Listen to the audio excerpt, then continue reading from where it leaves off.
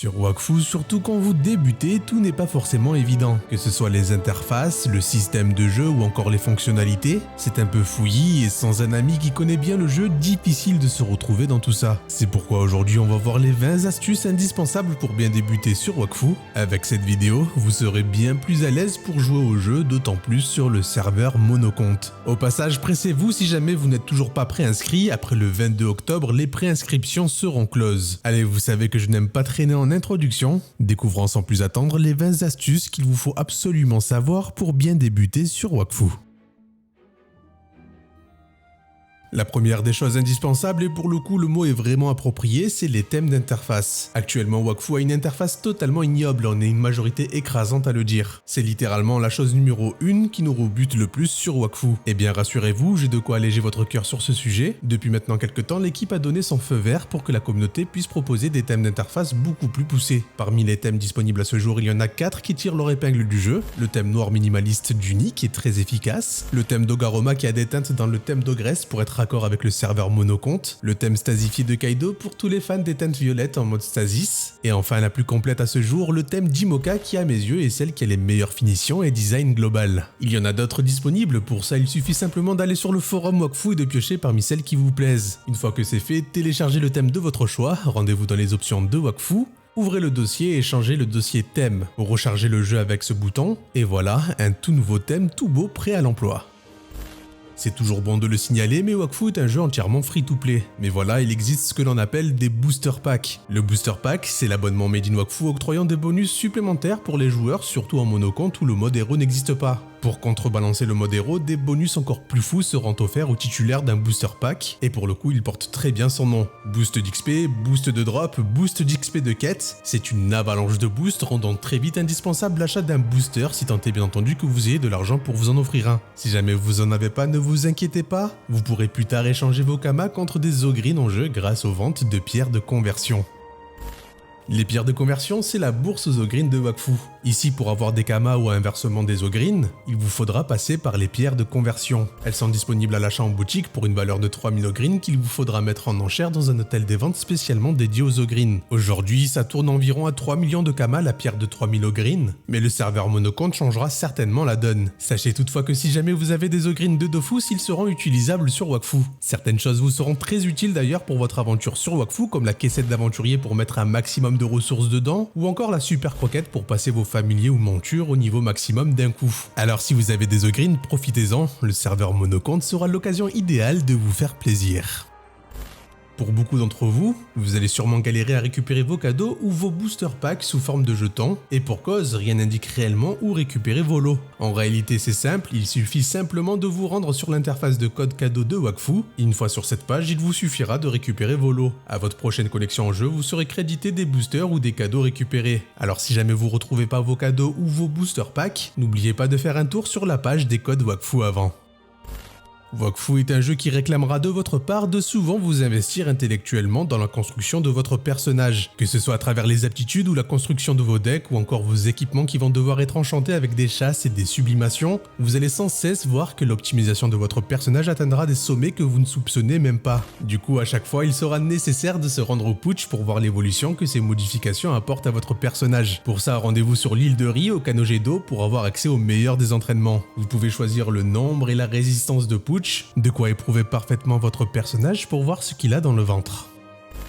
Sur Wakfu, le concept qui va certainement vous prendre le plus la tête avant d'arriver à l'enchantement, c'est celui de deck building. À chaque tranche de niveau, vous pourrez construire un deck personnalisé composé d'une page d'aptitude, d'une page de sort ainsi que d'une page d'équipement. Pour cela, appuyez sur O, une interface s'ouvrira, créez alors votre deck selon la tranche de niveau que vous vous serez fixé et construisez ainsi votre personnage autour de ça. Vous pouvez même les personnaliser avec des icônes particulières pour mieux vous y retrouver. De cette manière, vous pouvez même envisager plusieurs orientations pour votre personnage en fonction du donjon ou si jamais vous êtes seul ou en groupe. Un excellent système qui se prend très vite en main.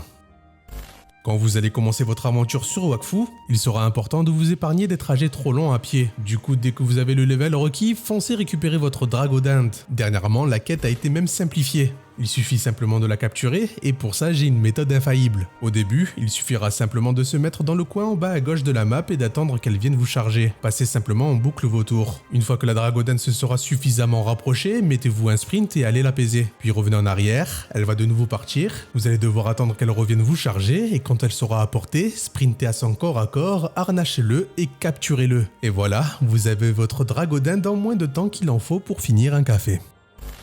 Bon, maintenant vous avez votre Dragoden, c'est cool, vous allez pouvoir faire vos trajets plus vite, mais on veut aller encore plus vite que ça. Du coup, on va oublier aucune Dragoden de transport qu'on trouvera sur notre chemin. Ce sera d'une importance capitale pour pouvoir se déplacer très vite sur une île ou sur une zone précise. Ensuite, on n'oubliera pas de prendre le Bibliotemple sur notre chemin pour récupérer quotidiennement notre Almanax. Au passage, pensez à prendre des bonbons Beurix dans le croupier, ça va bien vous aider pour XP vos personnages. Et enfin, on n'oubliera pas notre Eka Téléport sur Ekaflipus en cliquant sur la statue d'Ekaflip sur Astrub. Très étrangement, dans Wakfu, jamais rien ne vous l'indique, mais sur Astrub réside un endroit ô combien important dans les sous-sols de la taverne d'Astrub. Il s'agit d'un tripot clandestin où vous retrouverez toutes sortes de croupiers dont un très important comme celui des jetons Modulox. Des jetons Modulox que vous pouvez gagner chaque jour. Pour ça, je vous invite à regarder ma vidéo sur les 6 choses à faire chaque jour si jamais vous souhaitez en savoir plus. Un endroit que vous allez devoir tous visiter tôt ou tard pour retrouver de magnifiques récompenses de jeu, donc petit conseil, souvenez-vous de la taverne d'Astrub. Autre chose très importante, très rapidement, vous allez voir que vous allez accumuler énormément d'équipements qui vous serviront à rien et qui ne se vendront pas plus que ça en hôtel des ventes. Il faudra que vous preniez rapidement l'habitude de cliquer sur ce petit marteau pour concasser vos équipements et vos ressources inutiles. Ça vous donnera des éclats et des poudres utiles pour l'enchantement et le craft de Wakfu. Au passage, l'enchantement est une feature du jeu disponible dans les capitales sur des bornes signalées par cette icône. Ça vous offrira des stats supplémentaires en fonction des chasses que vous aurez sur vos équipements. D'ailleurs, en parlant de place dans vos sacs, il va vite vous en falloir davantage. Heureusement, on en gagne un d'office sur le serveur Monocompte grâce à notre préinscription, mais ce ne sera pas suffisant. Surtout que désormais, on ne droppe plus de sacs en combat. Il faudra impérativement que vous finissiez le tuto du début de l'île de Ri pour gagner un sac supplémentaire de 20 places. Si jamais ce n'est pas suffisant et que vous avez besoin davantage de place, foncez dans votre havre-sac et cliquez sur le coffre. Vous aurez alors un énorme espace de stockage extensible grâce à l'achat d'anglais en boutique. Et chose utile à savoir, le coffre est commun à tous les personnages de votre compte. Peut-être que vous aurez un peu la flemme de faire tout ça au début pour avoir vos sacs. Il faudra alors passer par des artisans capables de pouvoir les craft. C'est parfait, le jeu vous offre la possibilité de pouvoir facilement savoir qui est capable de craft ce que vous souhaitez grâce au registre des artisans. Mais avant ça, peut-être que vous souhaiterez réunir les ressources vous-même. Ouvrez votre interface métier, une petite boussole vous indiquera où trouver exactement les ressources nécessaires à votre craft. Une fois tout réuni, allez au registre disposé à côté des ateliers sur chaque capitale pour imper votre artisan, en précisant bien sûr s'il dispose des ateliers dans son havre-sac, parce que sinon vous allez devoir la jouer à la confiance en donnant tous vos items directement en échange. Et l'artisan, s'il est peu scrupuleux, risque de se déco avec vos ressources. Il faudra impérativement passer par le craft sécurisé dans l'havre-sac de l'artisan, en cliquant sur l'atelier permettant de craft ce que vous souhaitez contre une certaine somme de kama fixée par l'artisan. Bon, peut-être que là aussi ça vous saoule de passer par ça pour avoir des crafts particuliers, du coup la solution qui reste c'est d'acheter ça à l'hôtel des ventes directement. Sachez que vous pouvez chercher un objet directement en glissant l'objet dans l'interface de recherche. Vous pouvez aussi glisser l'objet dans l'interface de chat si vous souhaitez émettre une offre d'achat ou de vente dans le canal commerce. Vous pouvez aussi affiner votre recherche grâce aux options disponibles, mais vous pouvez surtout retrouver le vendeur de l'item que vous souhaitez en survolant l'achat. De cette manière, vous pourrez imper le vendeur en l'ajoutant à vos amis. Dans le cas inverse, si jamais vous souhaitez vendre des choses en hôtel des ventes, faites attention aux taxes. Certains gouverneurs despotiques s'amusent à monter les prix, alors soyez vigilants et mettez vos items dans l'hôtel des ventes demandant le moins de taxes. De toute manière, tout le monde a accès aux mêmes objets au final, peu importe la nation.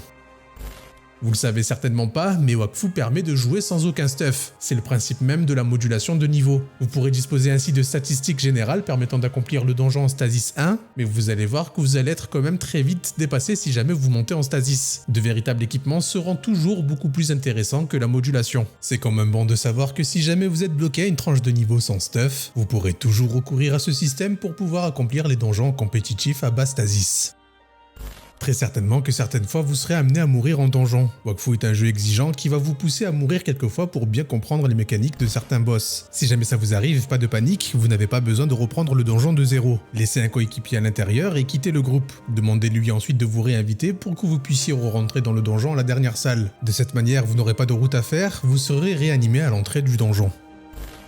Toujours dans la thématique des donjons, il est certain que vous aurez des personnes dans vos parties qui joueront Berserk, ou peut-être même que vous comptez jouer la spécialité Berserk. Il existe une technique pour directement commencer le combat mid-life, voire low-life alors que vous étiez full vie. Il suffit de déséquiper votre équipement et de le rééquiper. De cette manière, vos points de vie baisseront et se remettront à monter qu'une fois votre équipement remis. Faites quand même attention à ne pas rentrer en donjon avec trop peu de vie, cela risque de vous être fatal.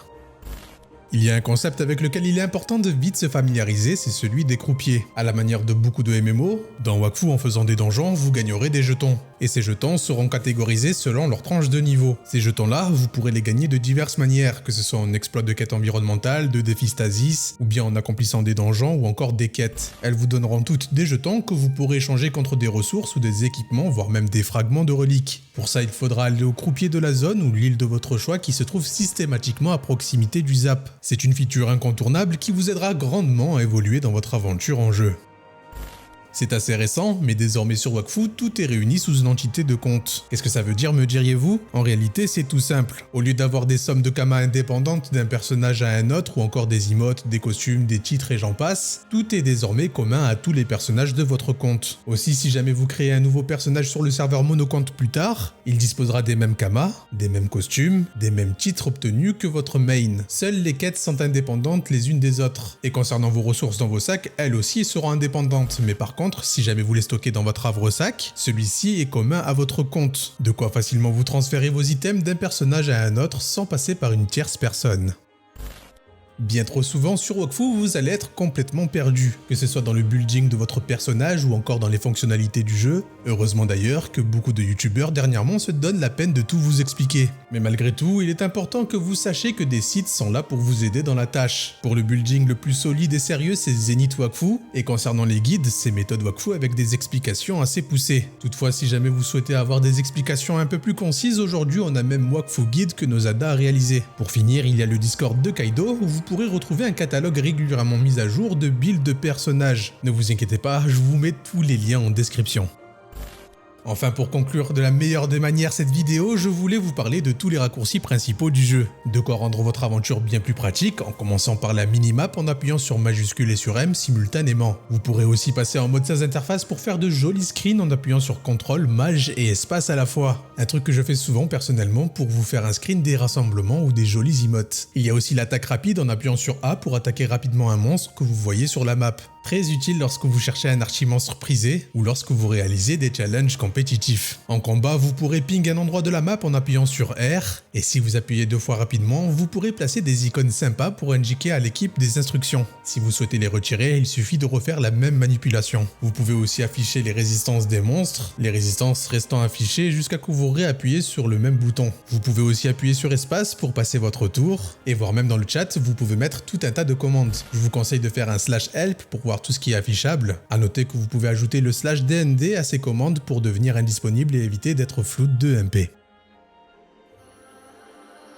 Voilà les amis pour cette vidéo sur les 20 astuces que vous deviez absolument savoir avant de débuter sur le serveur monocompte. J'espère qu'elles vous serviront, n'hésitez pas à m'en écrire davantage si jamais vous en avez d'autres à recommander aux nouveaux joueurs. En attendant de vous lire, il est temps pour moi de vous laisser, c'était Zaki. Pour vous servir, ciao.